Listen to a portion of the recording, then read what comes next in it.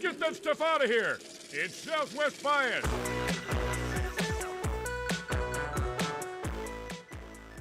Welcome into another edition of Southwest Bias, brought to you by our friends at the Husband and Wife Law Team. If you've had a serious injury, call the Husband and Wife Law Team first at 602-783-8841 or visit their website at thehusbandandwifelawteam.com. And we are live from Studio K. Got the point right. You see it on the sign. Brought to you by Circle K. Become a member of the Inner Circle today. I don't know if you've ever done those things where you look at it and some people see a duck, some people see a rabbit. It's a mental kind of test as you look at a problem, and it kind of shows how your brain deciphers things. I always saw the rabbit. Most of the people I knew saw the duck. Couldn't tell you what it means anymore, but it came to mind because I've been thinking about Devin Booker and what is going on with Devin Booker. And I think you can look at it and see a lot of different reasons as to why Devin Booker has struggled over his last 3 games. And Shane, let's show the stats, because I think we need to start there by looking at what Devin Booker's stats over the last 3 games have been. And it has not been ideal. Not what you've expected from Devin Booker. He's 16 of 49. He's shooting 32.7% from the field. He's 5 of 18 from deep, which is only 27.8%. He has 22 assists, 17 turnovers. So overall, he's averaging 19.3 points, 7.3 assists, and 5.7 turnovers. This isn't the Devin Booker that we've come to expect.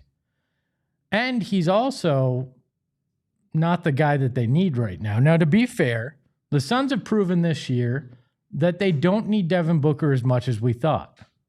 We assumed that they were going to need heroic Devin Booker night in, night out for them to compete, for this offense to be able to put up the kind of numbers that they would need to win games. It's not the case. They've actually shown that they can succeed even with Devin Booker not scoring at his elite level. But that doesn't mean that they don't need more from him than over the last 3 games. And really over the last 4. His game in Portland wasn't all that spectacular either. But I don't know that this is as simple as people want to make it out to be. People are like, well, it's because he can't play against good teams. Well, the funny thing is he's played 7 games against teams over 500, and he's averaging better statistics in that case, more points, more assists, almost by a full assist and almost by 2 full points than he is against sub-500 teams. So it's not as simple as level of competition. And people will say a lot of things. Well, it's just Devin doesn't have a killer instinct. We know that's crap. That's not the case. That's just not what it is. I actually think that there is a hidden reason, and it's hidden in plain sight. People want to say point book doesn't work. I don't believe that that is necessarily the case. What doesn't work is Devin Booker having to be the only one initiating offense in reality. The only guard in the backcourt that's doing most of the heavy lifting there. And when you look at Devin Booker's statistics without Grayson Allen, who has not been there for the last 3 games, and he's missed 5 games this season, Devin Booker has struggled. 20.8 points, 6.8 assists. He's had the turnover issues that we talked about. He has 23 of them to only 34 assists without Grayson Allen. Grayson Allen has initiated more offense than we expected. He stepped into that Jalen Green role, the role that you thought we were going to see and not have Jalen miss any games, where he was a secondary distributor, a guy that could get to the rim, a guy that would find his teammates. Devin doesn't have that now. He's essentially back to having to be everything to everyone. And that's what doesn't work. The concept of Devin Booker as a point guard, as a hub of your offense, that works. If paired with another guy that can also take the ball and distribute. And this isn't a knock on Jordan Goodwin. Jordan Goodwin's done a lot of good things, but the reality is he was the last guy to make your roster. He's your third string guard. Actually, probably fourth string because he's behind Colin Gillespie, but you're not going to elevate Colin to that starting lineup because he's playing so well as that first guard off the bench. This is the bigger problem. This is not Devin Booker isn't good anymore. This isn't Devin Booker has forgot how to play basketball. Devin Booker's down the two guys that are supposed to be his running mates in the backcourt. He's down a sharpshooter, a guy that's shooting the best from three in the league this year, and in particular on catch and shoot. So the guy that he can swing the ball to and find those open shots to lift his assists isn't there either. So it's a lot easier to double and triple team and focus the defense on Devin Booker when you don't have that second distributor. That's not to say that Devin Booker is completely off the hook, right? They do need him, and they needed him in particular last night against Houston. But Devin Booker going Armani mode isn't the way that this team is meant to win. You needed it last night against Houston because you were down bad in terms of the number of guys you had on your roster. No Mark Williams, no Grayson Allen, no Ryan Dunn, no Jalen Green. You're starting to move down the line of you're getting to the point where there is no next man to be up. And I think that is a big reason why Devin struggled. Again, Devin Booker needs to be better in a game like that. He needs to shoot better. The aggressiveness at times needs to show up. But it's a 3-game slump. So I don't think we have to hit the panic button like I saw some people. And granted, that's online. I get it. The internet isn't real life. But you need him to find that in a game like last night. But defense keys in on him. You don't have those other guys. You're low on the amount of talent you had on the floor. All those play a factor. The Grayson Allen portion plays a large factor that I don't think people appreciate enough. What he's been able to do as an offensive initiator, which lets Devin still be the hub of the offense, still be the main guy and the main distributor, but he can start off the ball and come and get the ball and work him off of different sets. Without that, Devin has a tougher time getting to his spots and being able to do certain things. Some bad turnovers, no doubt about it. Need to clean that up. The whole team had that, though. Let's be very clear about that. So, is there something wrong with Devin Booker? I'd argue no. Do they need a little bit more than he's given them over the last 3 games? You're damn right they do. And all those things can be true all at once. There doesn't have to be a simple answer. Because you can see the duck, I can see the rabbit, and they both can be there because things are complex in life and in basketball. And there's not always just one answer. Sometimes there's multiple answers that lead to one larger problem. But maybe that's just my Southwest bias. We welcome in the mustache behind the Mac, Shane Diefenbach. Shane, what do you think's going on with Devin Booker? I think it's his shoes. You know what? You kind of jokingly said that before we started the show, but you look at it, and the problems did start against Portland, and he did have some issues with his shoes originally. Yeah. His first shoes. Yeah. It is an adjustment period, I'm sure, to wear new kicks. Yeah, the issue is, like, sure, he's missing shots, but that kind of just happens to players all the time. The bigger issue is, I think, the turnovers, and that has been the thing this whole year. Yeah, but that's been a thing with this team, not just him, but everybody. And they cleaned it up against San Antonio after an abysmal game, 27 turnovers against the Timberwolves, but they reared their ugly head again on Monday night against Houston, 21 of them. But at some point, I know the next man up, we're going to play no matter who's out there mentality is all well and good, but at some point you do start to feel the impact of injuries. And I think last night was part of that as well. Yeah, for sure. I mean, turnovers go up when your usage rate goes up. It's just a thing that happens. We saw the Suns need a point guard crowd come out again last night. We saw the Devin Booker isn't a superstar crowd come out again last night. And I think people just need to put everything into context that when you have a team that is built around how this team is, where it's scrappy, it is free flowing, there is no point guard that starts, at least. It doesn't matter most of the time with usage rate, but when you subtract a lot of those pieces, and this team isn't very talented in general when compared to the rest of the league, then you start to see a lot more problems with the turnovers, because Book then forces things, and the offense is way more stagnant. The lob passes that he could get away with throwing to Mark Williams don't get away with when he's throwing to Nick Richards. And yeah, there just overall isn't a lot of help. He's got a lot of gravity as a player. And when the other planets surrounding Devin Booker are small and they don't command a lot, if any, gravity, things are going to get harder. And so you just hope that, like Grayson Allen, for example, when he's on the court, you take a player out of the play on defense because that person isn't leaving him. They just can't do it. When it's a guy like Jordan Goodwin, God bless him, he's awesome, and he's really good at getting offensive rebounds, being scrappy, playing defense. Open three-point shots, yeah, he can knock them down. I'm not worried about Jordan Goodwin. If I'm Ime Udoka, I'm saying we'll live with that if he can hit that, sag off, and help the guy guarding Devin Booker. That's the bigger problem, I think. Yeah, I wholeheartedly. And you can't only have 11 assists and not hit your three-pointers effectively, right? That's going to be a recipe for disaster for this team regardless.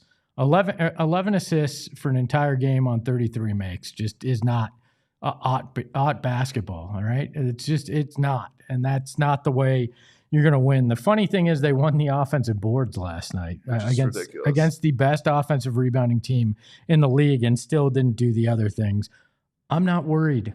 Last night was kind of a scheduled loss, and that is just the case. By the way, real quick, Shane, your ASU Sun Devils, they pulled off a minor upset last night, didn't they? Yeah, I think 7.5-point underdogs in that game. Yeah, they beat Texas. They downed Texas in the Maui Invitational the first round.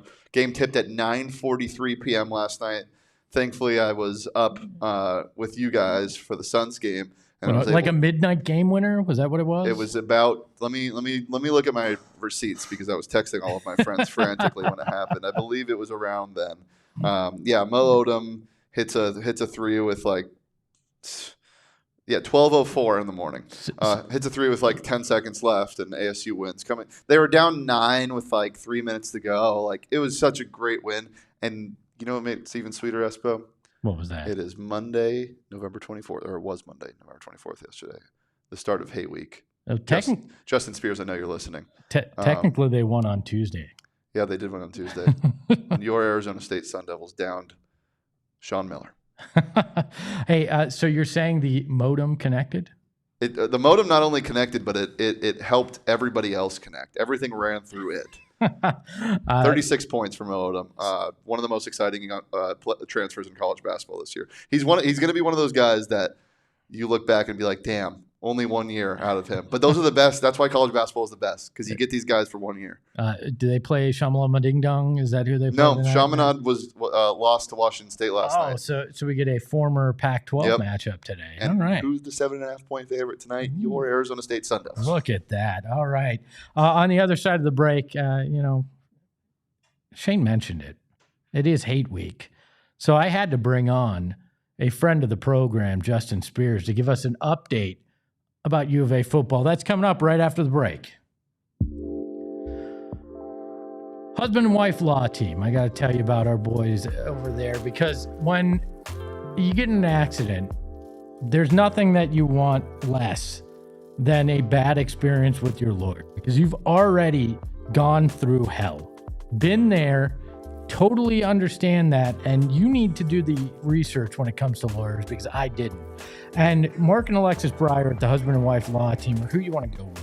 Because let's face it, after a serious injury, you want to hire an attorney that's more focused on your best outcome and not the money that the firm's going to make. Because you don't care how much they make. You care if you and your family are taken care of. And that's what the husband and wife law team does. They bring hundreds of years of trial experience to the table. And they have multiple certified specialists in personal injury and wrongful death. So why would you go with anybody else? Go with the experts. If you've had a serious injury, call the husband and wife law team first at 602-783-8841 or visit their website at the link in our show notes and tell them Espo and PHNX sent you. Mountain America Credit Union. You got money. You need a place to put it, right? It's my 42nd birthday on Sunday, and I've learned that financial stability is probably one of the most important things you could have. And you got to have a credit union that's got your back. And Mountain America does. They have Mountain America's My Style checking account that has built-in benefits. You're going to want this because you get restaurant deals, mobile phone protection, telehealth access. The older you get, the more you're going to have to worry about how you get to the doctor. Identity protection, loan rate discounts. Make some of your dreams in life come true with the loan rate discounts and more. Make My Style your lifestyle at Mountain America Credit Union. Visit macu.com/mystyle to apply. Insured by NCUA, membership required based on eligibility. Some benefits require no cost registration and activation. Terms, conditions, and exclusions apply, like everything in life.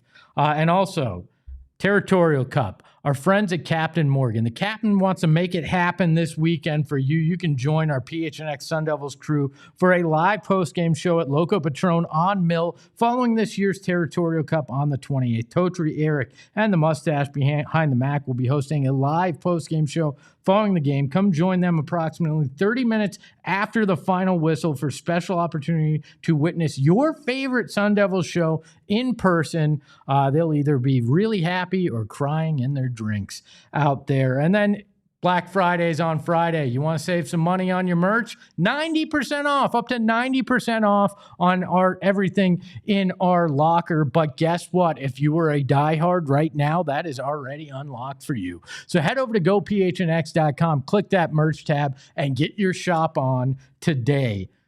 Justin Spears, a man that knows football better than anybody else, a man that has suffered through some bad football over the years, is finally being rewarded with a really good season. Justin, sell me on why Brett Brennan is turning things around and why I should believe in this team. Yeah, it's my first winning season, successful season in a whopping 2 years. It's crazy to think that just a couple of years ago, this was a program that won 10 games. And then they went through a coaching transition, had a disastrous first year under Brent Brennan. And now here they are again. If they win the next two games, if they win on Friday, and if they win their bowl game, whatever bowl game that they go to, we could be sitting here talking about them being the fifth team in program history to win at least 10 games. So it's remarkable to see what this coaching staff with this team has done. And, I think, Brent, one thing that he did when, the season ended was, he had to make some tough decisions. He had to let go of some coaches and cut ties with some guys that he's been connected with for a long time. And he got the right coaches in place, putting Danny Gonzalez at defensive coordinator. I mean, think about this. They went from 103rd in passing defense to 6th in college football. They have the best passing defense in college football. They have 11 more takeaways this year than they had all of last year. Danny Gonzalez in that defense, even with all the injuries that they've suffered this year, they have figured out ways to be successful, especially after the first quarter. The second half of games this season, Arizona's defense has been lights out. And then I think you have to give a lot of credit to Arizona offensive coordinator Seth Doege as well. In his first year, Arizona went from the second worst scoring offense to in the top half of the league. They went from averaging like 21 points per game to now 34 points per game. And then you add in the other assistant coaches like tight ends coach Josh Miller, also Joe Salavea on the defensive line, who's an Arizona football legend, and one of the most renowned defensive line coaches in all of college football. He put all of the coaches at the right seat at the table. And I give this staff a lot of credit too, especially in the scouting department, because they went out and they got a bunch of transfers. They got a bunch of newcomers. They added 60 newcomers in the offseason. And, some of those guys, when they first got to Arizona, you saw from the schools that they were coming from, right? Deshaun McKnight, starting defensive tackle. He's coming in from UT Martin. You have Ismail Mahdi coming in from Texas State. Like a lot of these players came in from Group of Five or FCS programs, and they just wanted to elevate and perform at a higher stage. And Arizona was looking for veteran players that have been around the block at the college football level. And it's been a perfect marriage between the newcomers, between the coaches, and then you still have the nucleus of guys from that team a couple years ago, guys like Noah Fafita at quarterback and Genesis Smith and Traden Stukes. It has been a really good marriage, and I think it's led to Arizona success. And now here we are sitting here talking about them with 8 wins going into the Territorial Cup. Brennan, did he just get a raw deal last year? I mean, when you look at having to come in as late as he did, trying to figure out everything, trying to hold that roster together like he had to, were expectations just too high when logic probably should have dictated that you should have expected a step back? Because I know this feels like, amazing turnaround, but I also feel like he may not have been given the right perspective going into last year from the fan base. Yeah, you almost think that he would have been better off if everybody entered the portal. And then that way you could just start from scratch, hit the reset button, and then you have a longer runway, right? But when he first got to Arizona, it was in January. It was already after the first transfer portal window. So they had already signed some guys. And then when Jed left, a lot of those guys decided to either go follow Jed to Washington or go somewhere else. Some of the other guys in the recruiting class, right? Like Damon Williams, Adam Muhammad. Like there were a lot of great players from that class that are now big time contributors for the University of Washington. And because he missed the first transfer portal window and then their portal opened up because of the coaching transition, they lost a lot of guys and they weren't really able to add anybody at that time. And so Brent and his staff, they had to play defense. They had to, talk to Noah and talk to, some of the other guys that helped Arizona get to 10 wins and win the Alamo Bowl. And he even said it at Big 12 Media Day in Dallas earlier this year that he had to do a lot of kissing ass. He had to kiss ass of a lot of big time players. And one of those guys was Tacario Davis, the cornerback. Think about this. Tacario was in the portal during spring ball. So when you have this star cornerback that's got 1 foot in, 1 foot out, you want him to stay, right? So you're like, okay, I'm going to do whatever I can to kind of cater to him, make him feel good, make him feel like, he's wanted, and make him feel like he's an important part of the program. But meanwhile, this guy's got 1 foot in the portal. If you say one thing that pisses him off and that he does not vibe well with, then he's going to just say like, all right, screw it, I'm out of here. I'm going into the portal. And Brent said he learned from that. And he said, we are not doing that again. So if you don't love the U of A and if you're exploring your options, like, see ya, go for it. Like we're not even going to try because we want to have guys here that want to be here, that want to be a part of the program and love the U of A. And the guys that they were able to retain this year, Noah Fafita, Traden Stukes, Genesis Smith, Dalton Johnson, all those guys fit the bill of tough physical players and guys that love the University of Arizona. So you're talking to a man who was once the proprietor of Tuitama for Heisman. And I've seen most of the quarterbacks that have come through here over the last decade and a half, 2 decades as an alumni. Is Noah Fafita the best quarterback we've ever seen come through the U of A? Man, when you think about the statistics and also kind of the off the field stuff, you kind of have to put him in that category just because, he's got the touchdowns already. He's now at a nice 69 career touchdown passes. Nice. Thumbs up, going off. And then he is, I forgot where he's at, but he is approaching the second most passing yards by an Arizona Wildcat. He's approaching Willie Tuitama's mark. And then at some point next year, he's going to be passing Nick Foles for the most passing yards. So when he's done at Arizona, He's going to have all the records.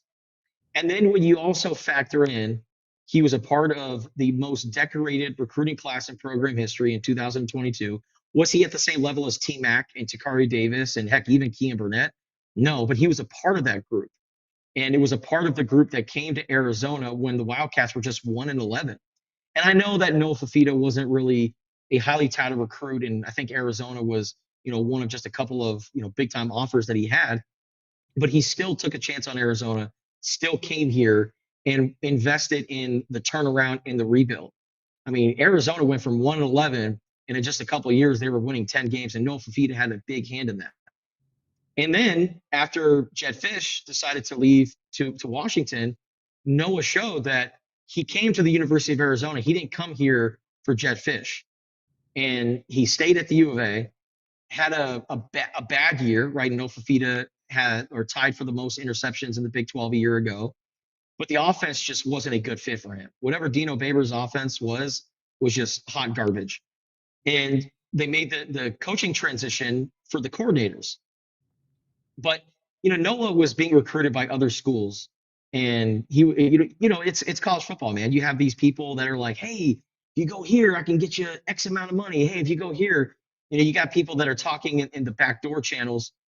But Noah did not just double down on Arizona; he tripled down on the Wildcats, and he's the kind of guy that wants to run towards the fire rather than away from it, which I think is very noble and commendable as a as a young person, right? In today's era where it's so easy to just cut ties, quit, and just go on to the next opportunity, he was like, I'm going to stay here and I'm going to figure out a way to rebuild this program.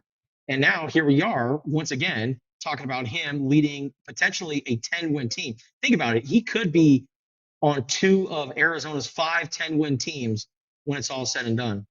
And so I think the fact that he chose Arizona multiple times over this process, the fact that he's got the numbers to complement that, he's got the Alamo Bowl victory. We'll see what happens this year and next year. But yeah, I think when it's all said and done, we are going to be talking about Noah Fafita as the greatest quarterback in Arizona history. Loyalty is a huge part of that, obviously. Let's turn our focus to the Territorial Cup. Wildcats are favorites. What is it going to take for them to get this win, move to 9 wins on the season, and spoil ASU's hopes, however slim they are, to make the Big 12 championship game again? Well, they got to figure out a way to stop the run. Like that's the big thing, man. It's ASU, since they made a quarterback change, or it's not like they changed it, right? Sam Levitt got hurt and is now out for the year. And you could almost make a case that Arizona would actually be better off with Sam Levitt at quarterback, because Jeff Sims is kind of like their kryptonite. We saw Bear Bachmeier kind of have his way against Arizona, especially that second half running the football. Brennan Sorsby, they didn't really run him a ton, but I thought Arizona did a nice job of stopping the run after the first quarter. Like Cincinnati, they had like 140 yards in rushing in the first quarter. Arizona shut them down in the last 3 quarters. So Arizona has shown that they can stop the run. But if you look at the last 3 games for ASU, I mean, Raleek Brown, 255 yards against Colorado. Jeff Sims a few weeks ago had over 200 yards rushing. So, I mean, the running attack is very elite. It is arguably the best in the Big 12 right now. And so stopping ASU's running back, stopping Jeff Sims, we'll see what happens with Tyson at receiver. I know he was on a pitch count against Colorado. We'll see if he's going to play more this week, or they're still have him in a limited role.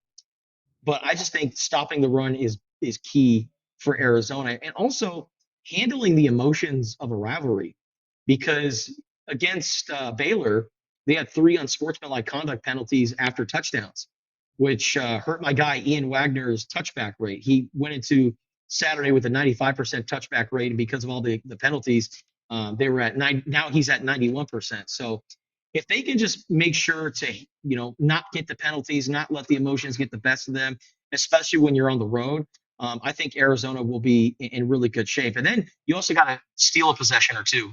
Arizona, those guys are ball hawks. They're also really good at punching the ball out. if they could figure out a way to get Jeff Sims to fumble the football, and if they could steal a few possessions and then also capitalize on that, like we've seen, they had 13 points off of turnovers against Baylor. I mean, right off the bat against Cincinnati, they got an interception.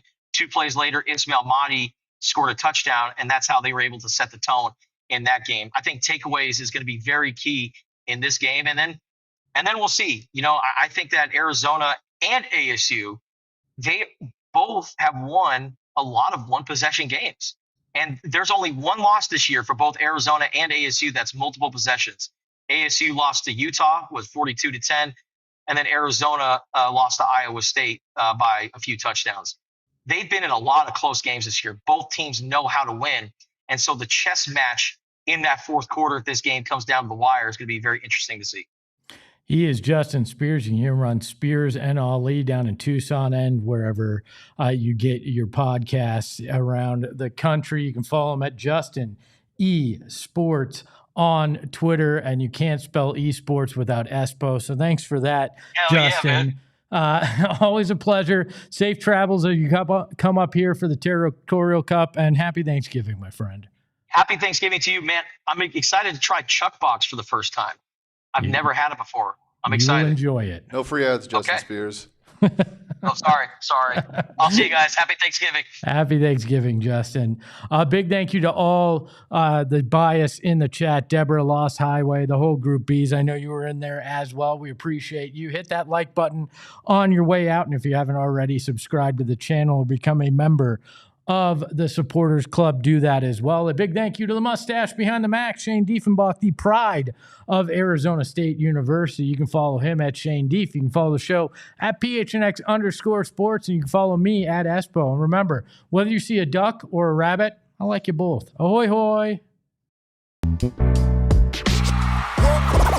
all silly like the mayor.